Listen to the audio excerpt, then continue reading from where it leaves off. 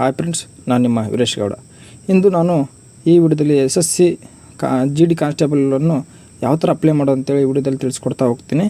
ನೀವು ಇನ್ನೇನಾದರೂ ನಮ್ಮ ಯೂಟ್ಯೂಬ್ ಚಾನಲ್ ಇದ್ದೇ ಮೊದಲು ನೋಡ್ತಾ ಇದ್ರೆ ನನಗೆ ಕೆಳಗಡೆ ಕಾಣಿಸ್ತಕ್ಕಂಥ ಸಬ್ಸ್ಕ್ರೈಬ್ ಬಟನ್ ಮೇಲೆ ಕ್ಲಿಕ್ ಮಾಡಿಕೊಂಡು ಸಬ್ಸ್ಕ್ರೈಬ್ ಮಾಡ್ಕೊಳ್ಳಿ. ನಂತರ ಪಕ್ಕದಲ್ಲಿ ಕಾಣುವಂಥ ಬೆಲ್ ಐಕನ್ ಮೇಲೆ ಕ್ಲಿಕ್ ಮಾಡಿಕೊಂಡ್ರೆ ನಾವು ಮಾಡೋ ಪ್ರತಿಯೊಂದು ವಿಡಿಯೋಗಳು ನಿಮಗೆ ಬೇಗ ನೋಟಿಫಿಕೇಷನ್ ಸಿಗುತ್ತವೆ. ಬನ್ನಿ, ನಾನು ಈ ವಿಡಿಯೋದಲ್ಲಿ ತೋರಿಸ್ಕೊಡ್ತಾ ಹೋಗ್ತೀನಿ. ನೀವೇನಾದರೂ ಇನ್ನೂ SSC ಅಕೌಂಟನ್ನು ಓಪನ್ ಮಾಡಿಲ್ಲ ಅಥವಾ ಕ್ರಿಯೇಟ್ ಮಾಡಿಲ್ಲ ಅಂದ್ರೆ ನನಗೆ ನಾನು ಆಲ್ರೆಡಿ ಒಂದು ವಿಡಿಯೋ ಮಾಡಿದ್ದೀನಿ. ಅಂದರೆ SSC ಅಕೌಂಟನ್ನು ಯಾವ ಥರ ಕ್ರಿಯೇಟ್ ಮಾಡೋದು ಅಂತೇಳಿ ಎಲ್ಲರೂ ಆ ವಿಡಿಯೋನ ನೋಡಿಕೊಂಡು ಅಕೌಂಟ್ ಕ್ರಿಯೇಟ್ ಮಾಡ್ಕೊಳ್ಳಿ. ನಂತರ ಅಲ್ಲಿ ಅಕೌಂಟ್ ಕ್ರಿಯೇಟ್ ಮಾಡ್ಕೊಂಡ ನಂತರ SSC GD ಅಪ್ಲಿಕೇಶನ್ನ ಯಾವ ಥರ ಅಪ್ಲೈ ಮಾಡೋದು ಅಂತೇಳಿ ನೋಡುವಂತ್ರಿ. ಈಗ ನಿಮ್ಗೆ ಏನಾದರೂ ಅಲ್ಲಿ ವಿಡಿಯೋದ ಲಿಂಕ್ ಬೇಕಂದರೆ ಕೆಳಗಡೆ ಡಿಸ್ಕ್ರಿಪ್ಷನ್ ಬಾಕ್ಸಲ್ಲಿ ನಾನು ಲಿಂಕ್ ನೀಡಿರ್ತೇನೆ. ಹೋಗಿ SSC ಅಕೌಂಟನ್ನು ಯಾವ ಥರ ಕ್ರಿಯೇಟ್ ಮಾಡೋದು ಅಂತೇಳಿ ವಿಡಿಯೋ ನೋಡ್ಕೊಳ್ಳಿ. ಈಗ ನಾನು ವಿಡಿಯೋವನ್ನು ಶುರು ಮಾಡ್ತಾಯಿದ್ದೀನಿ. ಮೊದಲನೇದಾಗಿ ಕ್ರೋಮ್ ಬ್ರೌಸರ್ನ ಓಪನ್ ಮಾಡ್ಕೊಳ್ಬೇಕು. ಕ್ರೋಮ್ ಬ್ರೌಸರ್ ಓಪನ್ ಮಾಡ್ಕೊಂಡ ನಂತರ ಇಲ್ಲಿ ಕೆಳಗಡೆ ಸರ್ಚ್ ಬಟನ್ ಕಾಣುತ್ತೆ. ಆ ಸರ್ಚ್ ಬಟನ್ ಮೇಲೆ ಕ್ಲಿಕ್ ಮಾಡಿ SSC ಅಂತೇಳಿ ಸರ್ಚ್ ಮಾಡ್ಕೊಳ್ಳಿ. ಅಂದರೆ SSC ಅಂತೇಳಿ ಸರ್ಚ್ ಮಾಡ್ಕೊಂಡ ನಂತರ ಒಂದು ನ್ಯೂ ಹೋಮ್ ಪೇಜ್ ಓಪನ್ ಆಗುತ್ತೆ. ಇಲ್ಲಿ ಕ್ಲಿಕ್ ಮಾಡ್ಕೊಳ್ಳಿ SSC ಅಂತೇಳಿ. ಕ್ಲಿಕ್ ಮಾಡಿದ ನಂತರ ಇಲ್ಲಿ ಒಂದು ಫಸ್ಟ್ನೇ ಆಪ್ಷನ್ ಕಾಣುತ್ತೆ SSC ಅಂತೇಳಿ, ಅಂದರೆ ಫಸ್ಟ್ನೇ ವೆಬ್ಸೈಟ್ ಕಾಣುತ್ತೆ. ಅದ್ರ ಮೇಲೆ ಕ್ಲಿಕ್ ಮಾಡಿಕೊಳ್ಳಿ. ಕ್ಲಿಕ್ ಮಾಡ್ಕೊಂಡ ನಂತರ ಒಂದು SSCದು ಹೋಮ್ ಪೇಜ್ ಆಯಿತು. ಇಲ್ಲಿ ಓಪನ್ ಆದ ನಂತರ ಸ್ವಲ್ಪ ಕೆಳಗಡೆ ಸ್ಕ್ರೋಲ್ ಮಾಡ್ಕೊಳ್ಳಿ. ಸ್ಕ್ರೋಲ್ ಮಾಡಿದ ನಂತರ ಇಲ್ಲಿ ಒಂದು ನೋಟಿಫಿಕೇಷನ್ ತೋರಿಸುತ್ತೆ. ಅಂದರೆ notice of constable GD in central armed police forces ಅಂತೇಳಿ ತೋರಿಸುತ್ತೆ. ಅಂದರೆ ರೀಫೈಲು ಅಸ್ಸಾಂ ರೀಫೈಲ್ಸ್ ಆ್ಯಂಡ್ ಸೋಪಿ ಇನ್ ಅಂತೇಳಿ ಒಂದು ನೋಟಿಸ್ ತೋರಿಸುತ್ತೆ. ಅಂದರೆ ನೀವು ಅದನ್ನು ಕ್ಲಿಕ್ ಮಾಡಿಕೊಂಡು ಯಾವ ಪೋಸ್ಟ್ ಯಾವ ಅಪ್ಲಿಕೇಶನ್ ಹಾಕಬೇಕು ಅಂತ ಒಂದು ಬಾರಿ ನೋಡ್ಕೊಳ್ಳಿ. ನೋಡ್ಕೊಂಡ ನಂತರ ಇಲ್ಲಿ ಲಾಗಿನ್ ಆರ್ ರಿಜಿಸ್ಟರ್ ಅಂತ ಕಾಣಿಸೋದಲ್ಲ, ಅದ್ರ ಮೇಲೆ ಕ್ಲಿಕ್ ಮಾಡ್ಕೊಳ್ಳಿ. ಕ್ಲಿಕ್ ಮಾಡ್ಕೊಂಡ ನಂತರ ಒಂದು ಕ್ಯಾಂಡಿಡೇಟ್ ಲಾಗಿನ್ ಕೇಳುತ್ತೆ. ಅಂದರೆ ನೀವು ಅಕೌಂಟ್ ಕ್ರಿಯೇಟ್ ಮಾಡ್ಕೊಂಡಿರ್ತಾರಲ್ಲ, ಅಲ್ಲಿ ನಿಮಗೆ ಒಂದು ನಂಬರ್ ಕೊಡ್ತಾರೆ, ಯೂಸರ್ ನೇಮ್ ಅಥವಾ ನಂಬರ್ ಕೊಟ್ಟಿರ್ತಾರಲ್ಲ, ಆ ನಂಬರ್ನ ಎಂಟ್ರ್ ಮಾಡ್ಕೊಳ್ಳಿ. ಮತ್ತು ಕೆಳಗಡೆ ಕಾಣಿಸ್ತಕ್ಕಂಥಲ್ಲಿ ಪಾಸ್ವರ್ಡ್ ಕೇಳುತ್ತೆ. ಅಂದರೆ ನೀವು ಕ್ರಿಯೇಟ್ ಮಾಡ್ಕೊಂಡಿರ್ತಾರಲ್ಲ ಪಾಸ್ವರ್ಡು, ಆ ಪಾಸ್ವರ್ಡನ್ನು ಮತ್ತು ನಂಬರ್ನ ಎಂಟ್ರಿ ಮಾಡಿಕೊಂಡು ಲಾಗಿನ್ ಆಗಬೇಕಾಗುತ್ತೆ. ಇಲ್ಲಿ ಕೆಳಗಡೆ ಕ್ಯಾಪ್ಚಾ ಐಡಿ ಕಾಣುತ್ತೆ. ಈ ಕ್ಯಾಪ್ಚಾ ಐಡಿನ ಯಾವ ಥರ ಇದೆ ಅದೇ ಥರ ಎಂಟ್ರ್ ಮಾಡಿಕೊಂಡು ಲಾಗಿನ್ ಮೇಲೆ ಕ್ಲಿಕ್ ಮಾಡ್ಕೊಳ್ಳಿ.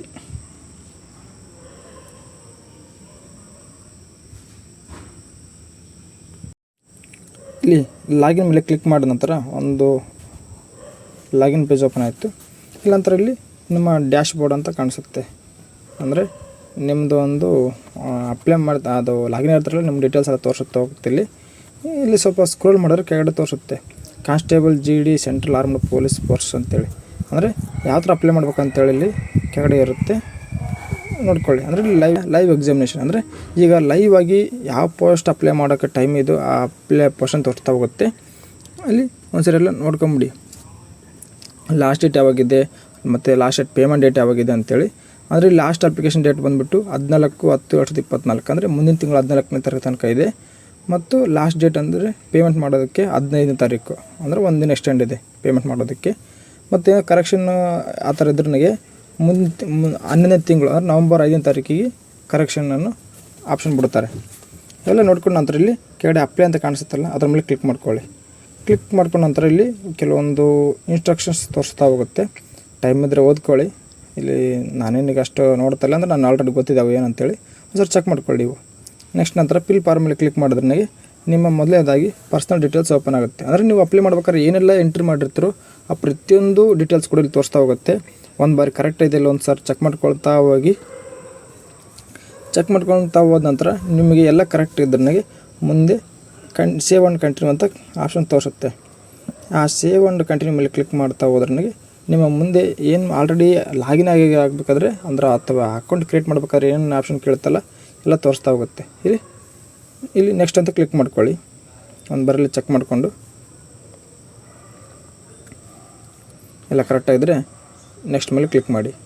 ನಂತರ ಇಲ್ಲಿ ನೆಕ್ಸ್ಟ್ ಆದಮೇಲೆ ಸಕ್ಸಸ್ ಅಂತ ಬರುತ್ತೆ. ಅಂದರೆ ನಿಮ್ಮ ಪರ್ಸನಲ್ ಡೀಟೇಲ್ಸ್ ಸೇವ್ಡ್ ಸಕ್ಸಸ್ಫುಲಿ ಅಂತೇಳಿ ತೋರಿಸುತ್ತೆ. ನಂತರ ಇಲ್ಲಿ ಪರ್ಸ್ನಲ್ ಡೀಟೇಲ್ಸ್ ಆದಮೇಲೆ ಎಜುಕೇಷನಲ್ ಡೀಟೇಲ್ಸ್ ಅಂತ ಕೇಳುತ್ತೆ. ಅಂದರೆ ನೀವು ಕ್ವಾಲಿಫಿಕೇಷನ್ ಏನೇನು ಮಾಡಿದ್ರೆ ಏನೇನು ಮುಗಿಸಿರ ಅಂತ ಕೇಳುತ್ತೆ. ಇಲ್ಲಿ ನೀವು ಮುಖ್ಯವಾಗಿ 19ನೇ ದಿನ ಅಂತ ಇದೆ, ಅಂದರೆ ಹೈಯೆಸ್ಟ್ ಎಜುಕೇಷನಲ್ ಕ್ವಾಲಿಫಿಕೇಷನ್ ಅಂತ ಕಾಣಿಸುತ್ತೆ. ಅಂದರೆ ನೀವು SLCಗೆ ಸ್ಟಾಪ್ ಮಾಡಿದ್ದೀರಾ ಅಥವಾ PUC ಮಾಡಿದ್ರೆ, ಡಿಗ್ರಿ ಮಾಡಿದ್ರೆ ಅಥವಾ PhD ಮಾಡಿದ್ರೆ ಅಂತ ಕೇಳುತ್ತೆ. ಅಂದರೆ ನೀವು ಎಲ್ಲಿ ತನಕ ಓದಿದಿರೋ ಅಂತೇಳಿ ಹೈಯೆಸ್ಟ್ ಕ್ವಾಲಿಫಿಕೇಷನ್ ಕೇಳ್ತಾ ಹೋಗುತ್ತೆ. ನೀವು ಅದನ್ನ ಎಂಟ್ರ್ ಮಾಡ್ಕೊಳ್ಳಿ. ನಾನು ಇಲ್ಲಿ ಡಿಗ್ರಿ ಕಂಪ್ಲೀಟ್ ಆಗಿರೋದ್ರಿಂದ ಗ್ರ್ಯಾಜುಯೇಷನ್ ಅಂತೇಳಿ ಕ್ಲಿಕ್ ಮಾಡ್ತಾಯಿದ್ದೀನಿ. ನಂತರ ಇಲ್ಲಿ ಕೆಳಗಡೆ ಆಲ್ರೆಡಿ ನೀವು ಅಕೌಂಟ್ ಕ್ರಿಯೇಟ್ ಮಾಡ್ಬೇಕಾದ್ರೆ ಎಂಟ್ರಿ ಮಾಡಿದ್ರಲ್ಲ ಪ್ರತಿಯೊಂದು ಇನ್ಫಾರ್ಮೇಷನ್ ಕೂಡ ಇಲ್ಲಿ ಆಟೋಮೆಟಿಕ್ಕಾಗಿ ಎಂಟ್ರಿ ಆಗಿರ್ತವೆ. ನಂತರ ಇಲ್ಲಿ ಕೆಳಗಡೆ ಒಂದು ನೋಟ್ ಅಂತ ಕಾಣ್ತದೆ, candidates who do not have their percentage mentioned on their mark sheet due to COVID-19 or any other reasons of year 2020 and 21. ಅಂದರೆ ಕೋವಿಡ್ ಟೈಮಲ್ಲಿ ಯಾರು ಪಾಸ್ ಆಗಿದ್ದರು SLC ಅವರಲ್ಲಿ ಪರ್ಸೆಂಟೇಜ್ ಅಥವಾ ನಿಮ್ಮ ಮಾರ್ಕ್ಸನ್ನು ಎಂಟ್ರಿ ಮಾಡೋದು ಅವಶ್ಯಕತೆ ಇಲ್ಲ ಅಂತೇಳಿ ಹೇಳುತ್ತೆ.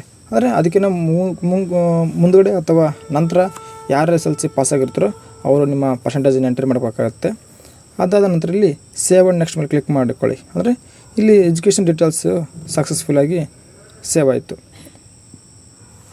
ನಂತರ ಅಡಿಷ್ನಲ್ ಇನ್ಫಾರ್ಮೇಷನ್ 1 ಅಂತ ತೋರಿಸುತ್ತೆ. ಅಂದರೆ ಇಲ್ಲಿ ನೀವು ಎಕ್ಸ್ ಮ್ಯಾನ್ನ ಮತ್ತು ನಿಮಗೆ ಏಜ್ ಬಗ್ಗೆ ಎಲ್ಲ ಕೇಳ್ತಾ ಹೋಗುತ್ತೆ.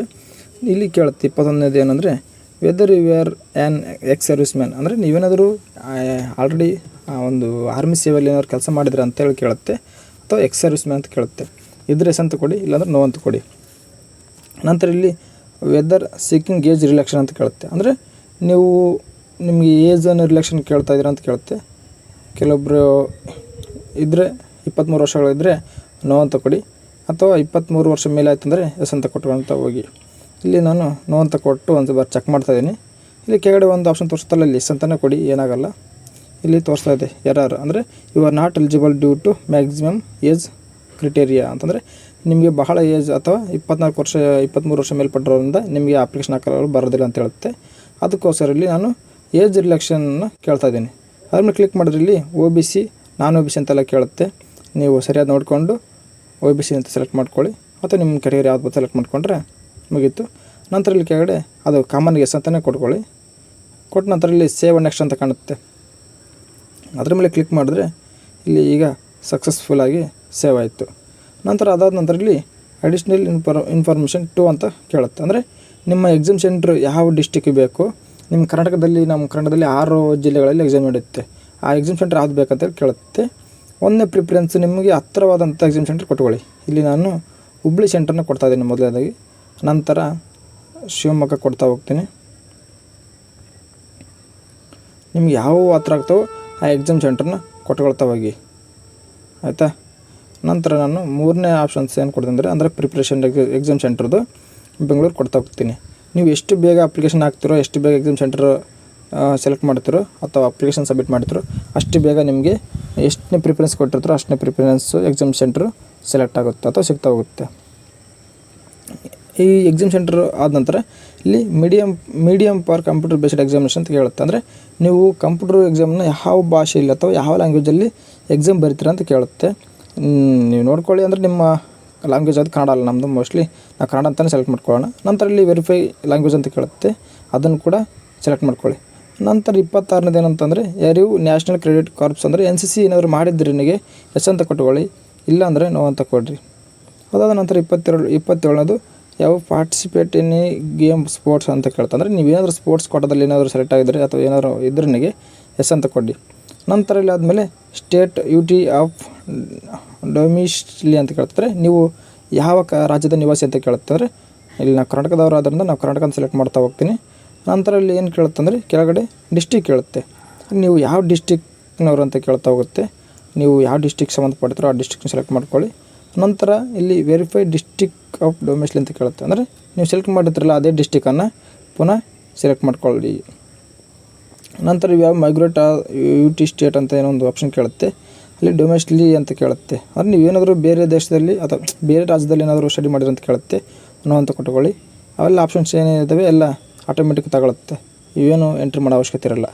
ನೆಕ್ಸ್ಟ್ 33 ಆಪ್ಷನ್ಸ್ ಏನು ಕೇಳ್ತಂದ್ರೆ ನಿಮಗೆ ಯಾವ ಪೋಸ್ಟು ಮೊದಲೇದಾಗಿ ಪ್ರಿಫರೆನ್ಸ್ ಬೇಕಂತ ಕೇಳ್ತಾ ಹೋಗುತ್ತೆ. ಅಂದರೆ ನೀವಿಲ್ಲಿ ಯಾವ ಪೋಸ್ಟ್ಗೆ ಯಾವ ಜಾಸ್ತಿ ಇದಾವೋ, ಯಾವ ಖಾಲಿ ಪೋಸ್ಟ್ ಇದಾವೋ ಅದನ್ನು ನೋಡಿಕೊಂಡು ABCD ಪ್ರಕಾರ ಇಲ್ಲಿ ಎಂಟ್ರಿ ಮಾಡ್ಕೊಳ್ಬೇಕಾಗುತ್ತದೆ. ಅದರಿಂದ ನಾನು ಇಲ್ಲಿ ಪ್ರಿಫರೆನ್ಸನ್ನು ಕೊಡ್ತಾ ಹೋಗ್ತೀನಿ. ನೀವು ಕೂಡ ಇದೇ ರೀತಿ ಕೊಟ್ಕೊಳ್ಬೋದು, ಅಥವಾ ನಿಮಗೆ ಯಾವ ಪೋಸ್ಟ್ ಇಷ್ಟ ಆಗುತ್ತೋ, ಯಾವ ಪೋಸ್ಟಲ್ಲಿ ಜಾಸ್ತಿ ಪೋಸ್ಟ್ ಇದಾವೆ ಅಂತೇಳಿ ನೋಡ್ಕೊಳ್ತಾ ಎಂಟ್ರಿ ಮಾಡ್ಕೊಳ್ತಾ ಹೋಗಿ. ಈ ಪೋಸ್ಟ್ ಡೀಟೇಲ್ಸ್ ಬಗ್ಗೆ ನಾನು ಎಲ್ಲ ಒಂದು ಡಾಕ್ಯುಮೆಂಟಲ್ಲಿ ವೀಡಿಯೋ ಮಾಡಿ ಬಿಟ್ಟಿದ್ದೀನಿ. ಅದನ್ನೊಂದು ಬಾರಿ ಸಂಪೂರ್ಣವಾಗಿ ಮಾಹಿತಿ ಬೇಕಂದರೆ ನನ್ನ ಡಿಸ್ಕ್ರಿಪ್ಷನ್ ಬಾಕ್ಸಲ್ಲಿ ಅದರ ವೀಡಿಯೋ ಕೂಡ ಒಂದು ಲಿಂಕನ್ನು ಕೊಟ್ಟಿರ್ತೀನಿ. ನಿಮಗೆ ಬೇಕಾದರೆ ಆ ಪೂರ್ತಿ ಸಂಪೂರ್ಣ ವಿವರವನ್ನು ಕೂಡ ನೀವು ಒಂದು ಬಾರಿ ಚೆಕ್ ಮಾಡ್ಕೊಳ್ಬೋದು. ಅಥವಾ ನಿಮಗೆ ಈ ಜಾಬ್ ಬಗ್ಗೆ ಸಂಪೂರ್ಣವಾದ ಒಂದು ಮಾಹಿತಿಯನ್ನು ನಾನು ತಿಳಿಸ್ಕೊಟ್ಟಿರ್ತೀನಿ. ನಿಮ್ಗೆ ಅವಶ್ಯಕತೆ ಇದ್ದರೆ ಚೆಕ್ ಮಾಡ್ಕೊಳ್ಳಿ ಹೋಗಿ. ಇಲ್ಲಿ ನಾನು ಪ್ರಿಫರೆನ್ಸ್ ಪ್ರಕಾರ ನಾನು ಯಾವ ಪೋಸ್ಟಲ್ಲಿ ಯಾವ ಪೋಸ್ಟ್ ಅದಾವ ಅಂತ ನೋಡಿದ್ದೀನಿ. ಅದಕ್ಕೋಸ್ಕರ ನಾನು ಇಲ್ಲಿ ಪ್ರಿಫರೆನ್ಸ್ ಕೊಡ್ತಾ ಹೋಗ್ತೀನಿ. ಅಂದರೆ ನಿಮಗೆ ಯಾವುದು ಫಸ್ಟ್ ಪ್ರಿಫರೆನ್ಸ್ ಬೇಕು ಅಂತೇಳಿ ಕೇಳ್ತಾ ಹೋಗುತ್ತೆ. ಇಲ್ಲಿ ಎ ಇಂದ ಜೆಡ್ ತನಕ ಅಲ್ಲ, ಎ ಇಂದ ಎಚ್ ತನಕ ಇರ್ತವೆ. ನೀವು ABCDEFGH ಅಲ್ಲಿ ತನಕ ಇರುತ್ತೆ. ಎಂಟ್ರಿ ಮಾಡ್ಕೊಳ್ಳಿ.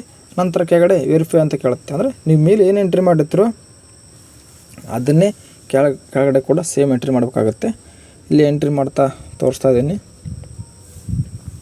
ಒಂದು ಬಾರಿ ಚೆಕ್ ಮಾಡ್ಕೊಳ್ಳಿ. ಯಾಕಂದರೆ ಯಾವ ಪೋಸ್ಟ್ ಭಾಳ ಇದಾವೆ ಅದ್ರ ಮೇಲೆ ಅಪ್ಲೈ ಮಾಡಿದ್ರೆ ಏನಾದರೂ ಒಂದು ಜಾಬ್ ಸಿಗೋ ಅಷ್ಟು ಸಾಧ್ಯತೆ ಇರ್ಬೋದು. ನಂತರ ಇಲ್ಲಿ ನಾನು ಈಗ ಸೆಲೆಕ್ಟ್ ಮಾಡಿಕೊಂಡು ಎಲ್ಲ ಕಂಪ್ಲೀಟ್ ಆಯಿತು. ಏನನ್ನು ಸೆಲೆಕ್ಟ್ ಮಾಡಿದ್ದೀನಿ ಅಂಥೇಳಿ. ಇದಾದ ನಂತರ ಕೆಳಗಡೆ ಇಲ್ಲಿ ಸೇವ್ ಒನ್ ನೆಕ್ಸ್ಟ್ ಅಂತ ಕಾಣಿಸುತ್ತಲ್ಲ, ಅದರ ಮೇಲೆ ಕ್ಲಿಕ್ ಮಾಡ್ಕೊಳ್ಳಿ. ಕ್ಲಿಕ್ ಮಾಡ್ಕೊಂಡ ನಂತರ ಒಂದು additional information to details saved successfully ಅಂತೇಳಿ ತೋರಿಸುತ್ತೆ. ಅಂದರೆ ನಂದು ಕಂಪ್ಲೀಟ್ ಆಯಿತು. ನಂತರ ಇಲ್ಲಿ ಅಪ್ಲೋಡ್ ಫೋಟೋಗ್ರಾಫ್ ಆ್ಯಂಡ್ ಸಿಗ್ನೇಚರ್ ಅಂತ ಕೇಳುತ್ತೆ. ಹೌದಾ, ನಾನಿಲ್ಲಿ ಯಾವ ಥರ ಫೋಟೋನ ಅಪ್ಲೋಡ್ ಮಾಡ್ಬೇಕಾ ಅಂತೇಳಿ ಲೈವ್ ಫೋಟೋ ಕೇಳ್ತಂದ್ರೆ ಲೈವ್ ಫೋಟೋ ಯಾವ ಥರ ಅಪ್ಲೋಡ್ ಮಾಡ್ಬೇಕಂತೇಳಿ ನಾನು ಮುಂದಿನ ವೀಡಿಯೋದಲ್ಲಿ ತಿಳಿಸ್ಕೊಡ್ತಾ ಹೋಗ್ತೀನಿ. ಯಾಕಂದರೆ ಈ ವಿಡಿಯೋ ಫುಲ್ ಲೆಂತಿ ಆಯಿತು, ಬಹಳ ಆಯ್ತಲ್ವ. ಅದಕ್ಕೋಸ್ಕರ ನಾನು ಮುಂದಿನ ವೀಡಿಯೋದಲ್ಲಿ ತಿಳಿಸ್ಕೊಡ್ತಾ ಹೋಗ್ತೀನಿ. ಇದು ಪಾರ್ಟ್ 1. ನೆಕ್ಸ್ಟ್ ಪಾರ್ಟ್ 2 ವೀಡಿಯೋ ಬರುತ್ತೆ. ಎಲ್ಲರೂ ಆ ವಿಡಿಯೋವನ್ನು ನೋಡ್ಕೊಳ್ಳಿ.